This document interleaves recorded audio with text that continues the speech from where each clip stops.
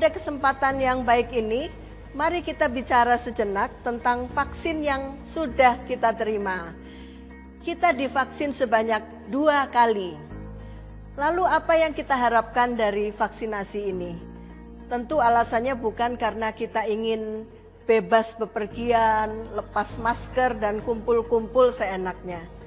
Tujuan kita divaksin adalah bahwa kita mengharapkan ada antibodi yang terbentuk di dalam tubuh kita supaya kita kebal terhadap virus COVID-19.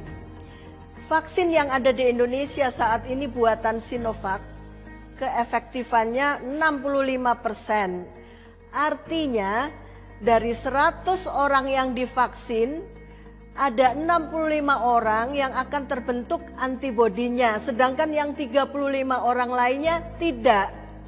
Tapi tidak masalah, karena apabila 65 orang tidak tertular dan menularkan, diharapkan yang 35 orang sisanya terbawa aman. Mengapa ada antibodi yang tidak terbentuk? Itu karena ada yang namanya respon vaksin. Jadi setelah vaksinasi tidak serta-merta terbentuk antibodi, ada prosesnya. Bila proses respon vaksin cepat, maka antibodi terbentuk dengan cepat. Demikian sebaliknya, bila proses respon vaksin lambat, maka antibodi pun terbentuknya lambat. Respon vaksin tidak sama antara satu orang dengan yang lainnya. Apa itu respon vaksin? Setelah disuntikkan di dalam tubuh kita, vaksin dianggap sebagai benda asing oleh tubuh kita.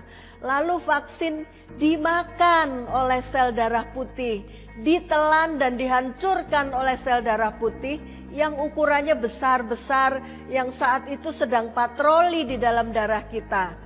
Lalu dikirimlah sinyal kepada jenis sel darah putih lain yang secara khusus bertugas membangkitkan antibodi di dalam tubuh kita. Nah, oleh karena itu, supaya terbentuk antibodi yang cukup tinggi, dibutuhkan kondisi sel darah putih yang militan.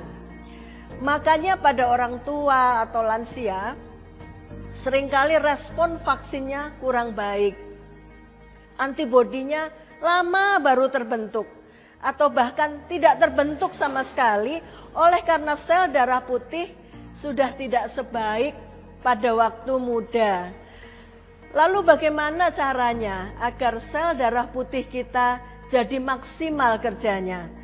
Pada saat pandemi, minimal ada beberapa vitamin dan mineral yang perlu kita konsumsi, seperti vitamin C, vitamin D, dan zinc.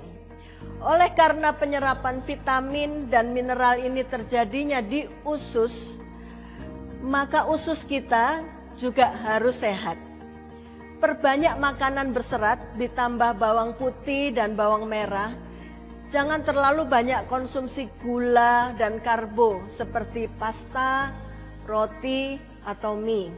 Karena makanan ini mengurangi bakteri baik di dalam usus kita. Untuk lansia, kadangkala perlu dibantu dengan mengkonsumsi bakteri baik atau yang disebut probiotik seperti yogurt, tempe, dan tauco. Lansia juga perlu dijaga kesehatan giginya agar dapat mengunyah makanan dengan baik supaya penyerapan nutrisi di usus dapat efektif dan efisien.